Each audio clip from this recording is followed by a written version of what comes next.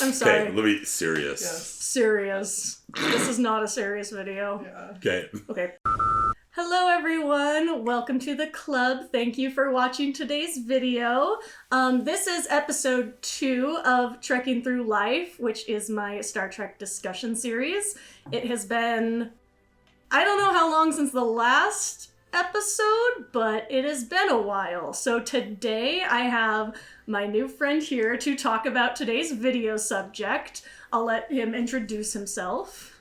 I'm Q. You want to introduce yourself to that camera? To that camera? Yeah. I'm Q. I also have a wonderful YouTube channel called Facts and Facts, little plug. Great to be here with my fellow Star Trek comrade in arms.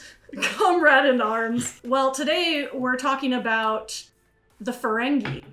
That is today's subject, and we're just going to see where it goes, basically. So I think a lot of people know the Ferengi episodes for being like the silly and comedic sort of episodes, right. But there's really a lot of material there. So that's what we're going to discuss, is all that there is to discuss about the Ferengi. Maybe not all, because we don't want this video to go over an hour. No. But there's a lot of these layered messages told through humor. Mm-hmm. So did you want to start us off on a certain episode or anything? Well, the thing that comes to mind is knowing where the Ferengi began, with the last outpost in the Next Generation, and how they were portrayed during that time.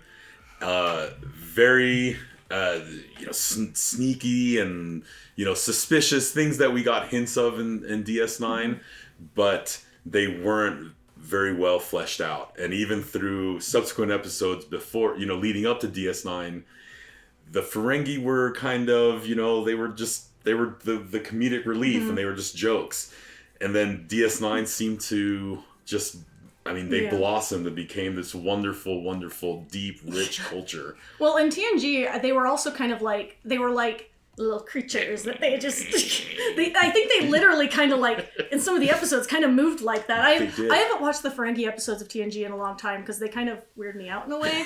But they were so like creature-like, and they were very one note. They were like the mean, greedy guys. And so in Deep Space Nine, they really came into their own, and we got a whole world of Ferengi, and they kind of seemed more like a culture rather than like creaters. Just creatures, I don't know what the right word is. Little, slinking around and kind of skulky a little bit, a little bent over. And it was funny, but DS9, you're right. Like they really brought them out and used them as very like strong allegories for humanity and how we are in a lot of our ways. We're greedy, we're very opportunistic. We lie, we, take advantage of people. And so for humanity, if we compare the Ferengi in DS9 to the humans at that time, the humans are kind of, they're these perfect people for the most part. And their contrast, we're able to look at ourselves. And then they use the Ferengi to tell us, hey, we're kind of silly. And we're kind of weird as humans, and we do really stupid things and really bad things, but it's also funny in some ways. Mm-hmm. The Ferengi are really interesting to me because, to me, the Ferengi are actually like kind of in direct contrast to the Federation. Mm-hmm. Because to me, the Federation kind of represents, especially in Deep Space Nine, but in others too, but the Federation really represents to me like the ideal like US sort of thing. They're the ideal version of the US, like what we could be if we weren't like the Ferengi. Because let's be honest. And their role also kind of changes over time because of that evolution that you talked about, where they kind of develop over time, because they really contribute so much to the Star Trek world now. And when you looked at them in TNG, you would have never believed that was where we were going to end up with them. No. I think in what's the documentary with What We Left Behind? If you all seen the documentary, Armin Shimmerman, who plays Quark, he said through Quark he wanted to redeem the Ferengis because he was one of the original Ferengi, and so he came in wanting to redeem them and to really make them into something that we ended up seeing on film for that it's been 30 plus years, and I think he did them justice, and they really turn them into something special. Yeah, for sure. And of course you have a lot that the actors, I think, put into them as well, like with every individual character. Right. I did also forget to mention, we do have a live fact checker here if we ever need anything. So say hi to Emily behind the camera. She's waving, you can't see her. I did forget to mention that, but I said, oh, we have someone here to check us on stuff if we need a little look up while we're yapping here. Yep.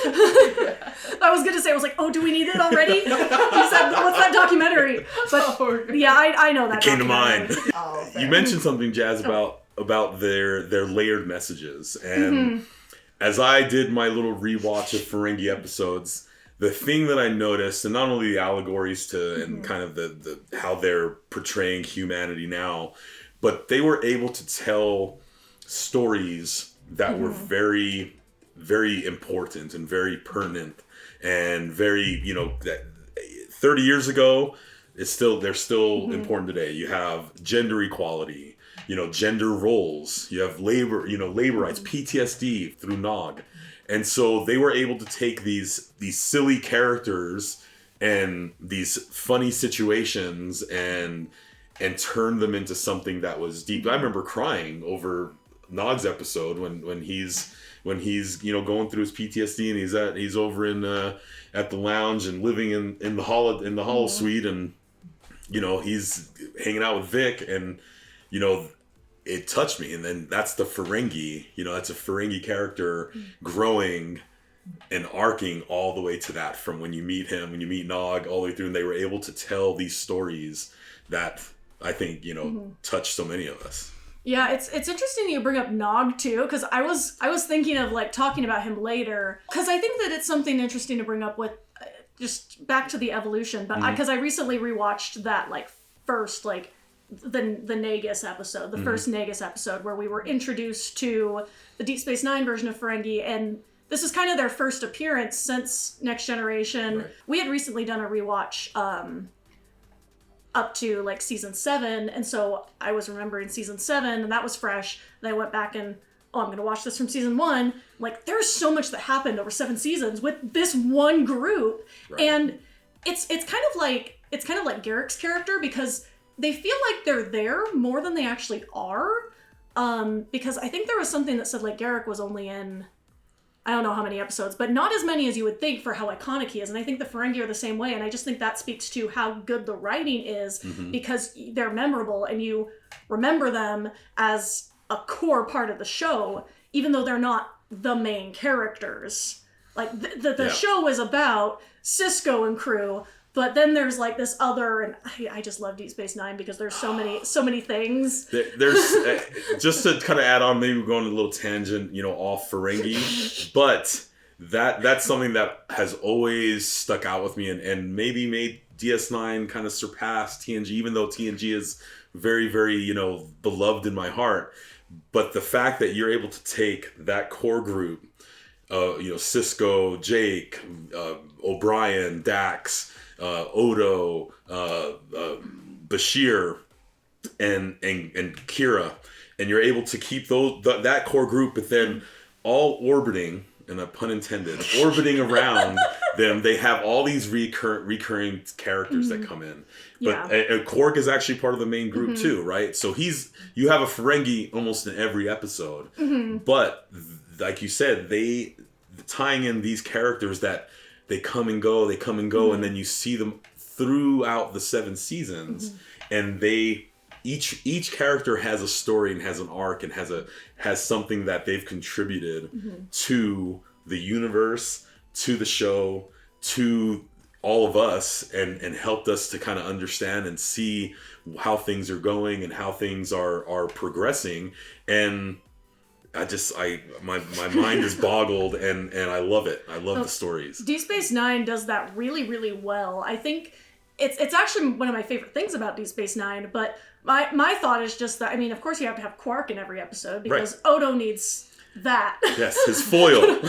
They have so many of these little pairs in Deep Space Nine. We have their example back here, but they're so good, and even the unintentional ones end up you could have an entire show just with Quark and Odo, honestly. Right. Yeah. But Quark's kind of like, he represents one thing for his species. He represents like, oh, well, I want to be traditional and I believe wholeheartedly in everything my culture has to say. But then when you actually get down to it, it's like, he's actually not a normal Ferengi because he is kind of, he thinks it's a bad thing. He thinks it's a bad thing he's being influenced by the Federation, but it's actually a good thing. You can see him go on a journey. I love Quark's journey. I love all of their journeys because, Rom too, which Rom's interesting because you kind of go with like, you kind of have this thing where you can tell that at the beginning they didn't quite know what to do with him. Yes. And then once they found his thing, he was amazing. Yes. He was like the best character. Yes. So interesting. Agreed. I'm glad. Oh, I'm so glad you brought that up. Just the way he was in the very beginning, and the way his inflections and his tone, and how he was trying to be very traditional. Oh, brother, you are letting this female talk to you and these humans, and then you get a couple seasons in, and he is kind of goofy and really really silly and. But then brilliant and loving, and he's not a traditional Ferengi. Mm-hmm. And even though Quark is so staunch, I'm a businessman, I'm a Ferengi businessman, and he's pushing all those things, and he hates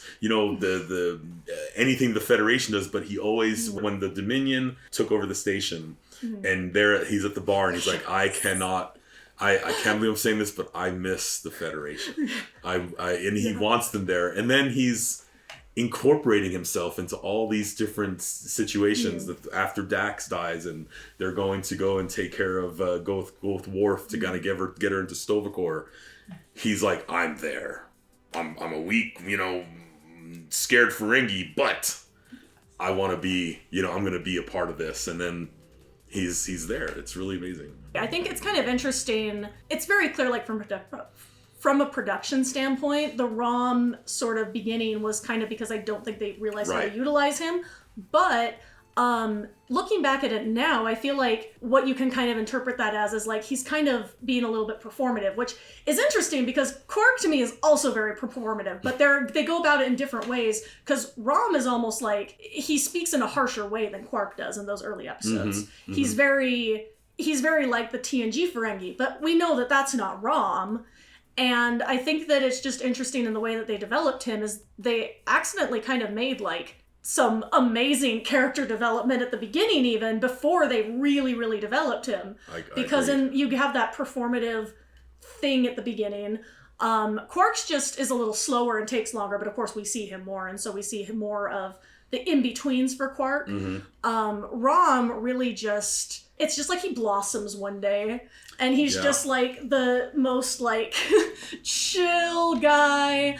But he has like that societal expectation on him a little bit. That weighs really heavy on him, doesn't it? The societal expectation and his overbearing brother and kind of and almost he's controlling overbearing brother and him trying to live up to that standard that in the early episodes I think highlight that a lot where Quark is telling Rom, you got to take care of this, you got to take care of that, I need you to do this. And then one of my notes I put in or I wrote for myself was that you see Rom say something, Quark gets upset with him, tells him he has to go and polish all the rails, right? And Nog, going back to Nog a little bit, he's over there building some sort of pyramid out of pads and glasses and he's supposed to be writing an ethics homework, an ethics paper for homework, and Rom goes over and passes the buck to him and gets on him. But the way their dynamic is like this almost toxic kind of, we're gonna control you and I'm gonna control you. I need to be the powerful male, but. It's so fake for them. It's so fake, exactly. It's so over the top. Were you summoning me for something? Yeah, well, I just on Nog and Rom, I feel like a big part of like Rom's character arc is like Nog's journey too. We need to talk about Nog. He's seeing how like Ferengi culture is affecting his son, and then versus like the Federation culture that he's like developing like into, and I feel like that's a big part of like of Rom's journey too. I get Rom and Nog, the names confused. It's like, you know, he wants better for his child, which I think is also a very like human thing. And so when he sees like, oh, this like society can offer so much more opportunity for my son, I feel like that kind of opens them up a lot. I had great points because it made me think of some things with the connection, the friendship that Nog has with Jake, and how both the fathers, their responses, and how they both navigate their son's relationships. And I think there's a turning point somewhere where you have Jake, you know, Nog, that episode, Nog is out of school, but Jake is teaching him how to read. And that interplay, Cisco seeing that relationship, him backing away, allowing that relationship to grow, and then that influencing Nog. And then in turn, you know, Rom wanted the best for Nog, but he sees his son aspiring for something. And so he's like, I can do the same thing. I can do the same thing. I can go after that. I think I'm going to be, you know, and then everything starts to roll. These are some beautiful impressions as well. I did not expect we were going to be getting impressions as well, because my impressions are absolute ass. So I do not expect to do any impressions either. It's okay. Sometimes things just happen, and we let them happen. Yes. Oh, I actually was going to say that I think that Jake, Cisco, and Nog really like advanced human Ferengi relations for like decades in their like one little friendship. Yes. It's very interesting, and I love them a lot. So, but I was going to go back to Nog on the earlier point that you were talking about, because I realized we mentioned him and then we didn't really cover him, and I think that he deserves to be covered more, because Nog as a character really is, like, as you said, like, he's kind of in the middle of, like, his dad and his uncle, in a way.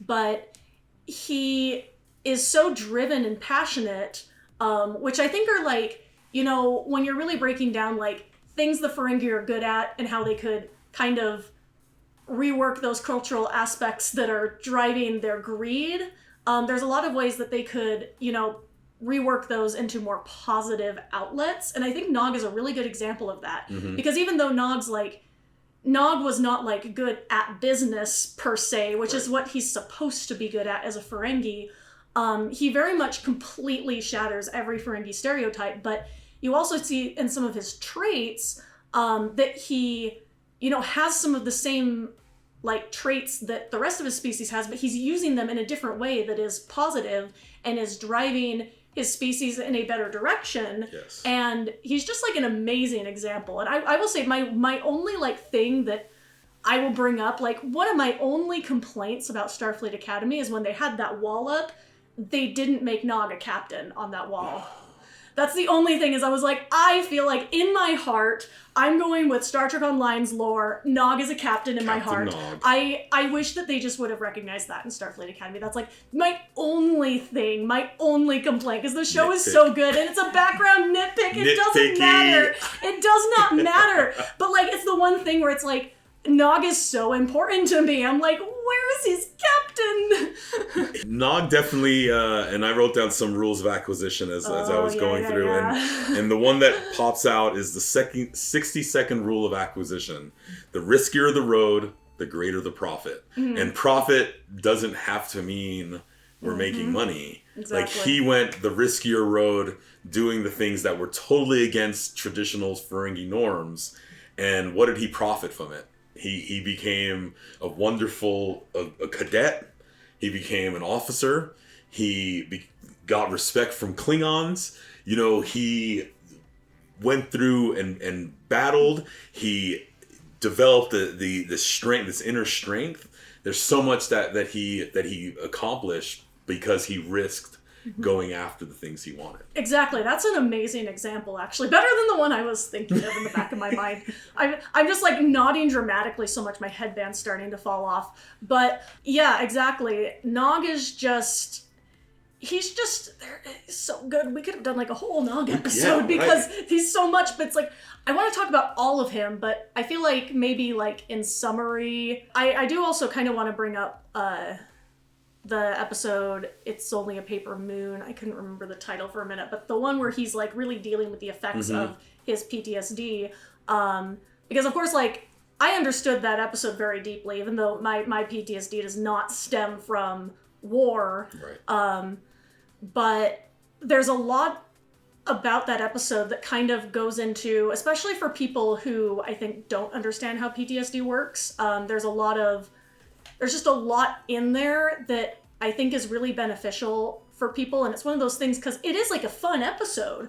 It's fun. Like, I enjoy watching it, even though it is like difficult deep down. Like, there's parts of it that are hard for me, but there's so much in there that is like fun. And, you know, Vic's just living his life on the holosuite. It's not the holodeck. But he's just living his life in there and having a good time. And then through this like 1960s backdrop, he's just experiencing all of this. And I think it's very beautiful to me.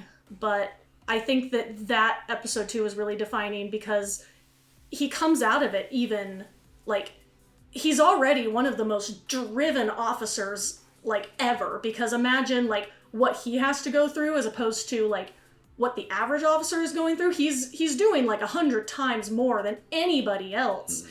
And I just love that for him, because he does it so well. Right.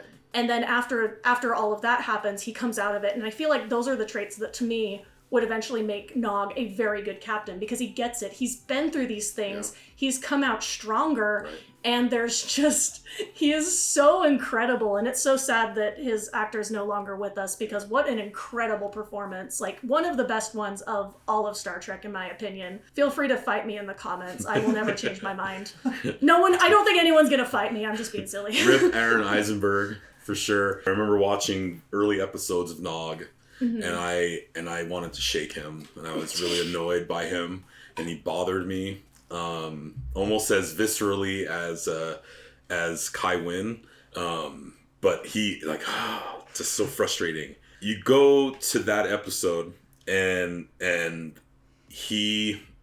PTSD is relatable, I think, for a lot of people, but I think pain and heartbreak and self-doubt and worry, and lack of confidence and fear, I think that boils down all the way down to fear, where those things are all relatable and they're all a part of that episode. I remember times laying in bed, being depressed, listening to the same song over and over and over again, right? I remember trying to escape and get away from the real world and trying to figure out what I wanted to do with my life, and not wanting to venture out and deal with everything outside of me. And Vic gave Nog a place to kind of get himself out there and rediscover that. And, I think in there, Vic is like, I don't know, Nog is helping me, I'm going to build a casino, and I'm going to do this, and I'm going to do that. And Ezri is trying to get Vic to understand, hey, he's doing okay. And they're doing all these interplays, and Nog through that is figuring it out, right? And he's allowed to figure it out. And that episode, it's however long, an hour long, whatever, but it's a time span that's going through a few months that he's dealing. And he's in the holosuite, going and trying to live and figure things out. And I think it's relatable for all of us. I think that there's a lot in it that's relatable, even if you don't necessarily have PTSD, because of course that's what it's talking about, but it's a bigger picture sort of thing. And I think it's so beautiful. Like, I could just do a whole thing on like one episode, but I think unfortunately with Deep Space Nine, you can take any episode and you could discuss it for hours, because it really is just that good of a show. And that's why I was like, the Ferengi might be too broad of a topic, but I just felt like talking about the Ferengi right now, because I think that, it's one of the more relevant topics to me. The reason why it's so relevant right now is because, we really see like all of these parallels of all of this like greed and everything. It's 100% describing our current government and the state of the US in general, because it's a much bigger problem than just the current government, of course. It's a bigger picture thing. You know what, when you first proposed this idea to me, You mentioned the magnificent Ferengi. I did mention the magnificent right. Ferengi. What connection did you see in there? Could you describe that? I almost forgot about that, actually, because I thought of this idea because I saw this meme. I was trying to figure out, I was like, what video topic are we going to do? Everything seems either too big or like too small, and I don't know what to pick. Because you can't do a Dominion War thing in one part. You can't do it. So I remember seeing this meme of the Ferengi all surrounding like Kivon, yeah, the Vorta, and I can't remember exactly what it said, but it was something about like the current government like surrounding democracy. I can't remember. Yeah, democracy. Kivon was democracy, and it was dead, and they were just all around, and it was just I just sat there and I was like, the metaphor's not perfect. No. Because, you have Nog there, and we just discussed, like, Nog is actually great. But I was like, oh man, what an image to describe the United States of America right now. And I just thought, this is beautiful. It's funny, but not in, like, you have to laugh or you'll start crying. Right, you'll have to laugh. Yeah, right. Exactly.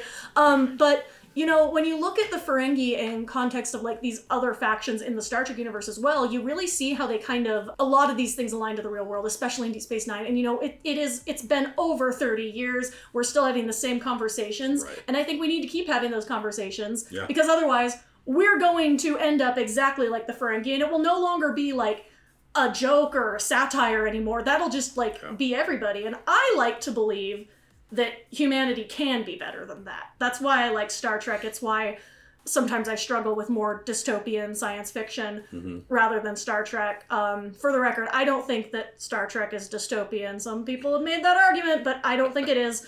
You do see them like coming from the ashes of a dystopia to become a utopia, but it is just very positive, and I feel like it's trying to teach us something at all times, and we just we always have to be discussing it. Yes. And the lessons we learned from Deep Space Nine, we should be carrying into everywhere and spreading them everywhere. And, the Ferengi are a cautionary tale, I feel like.